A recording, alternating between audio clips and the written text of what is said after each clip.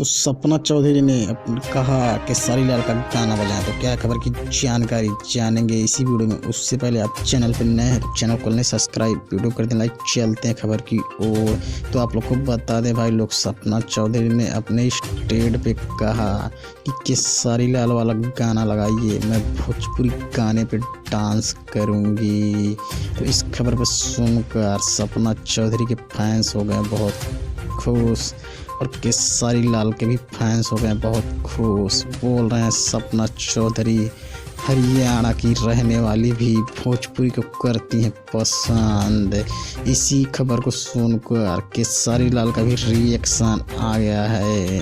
केसरी लाल ने भी कहा है, सपना जी बहुत बहुत धन्यवाद, आप हमें हमेशा सपोर्ट करती हैं। तो सपना जी ने भी कही है अपने इंस्टाग्राम पे कि तुम दिल के बहुत अच्छे हो, इसी कारण से मैं तुम्हें हमेशा सपोर्ट करती हूँ।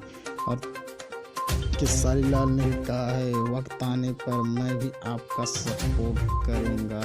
तो कैसी लगी खबर, चैनल को जरूर सब्सक्राइब करें। चलते हैं, धन्यवाद।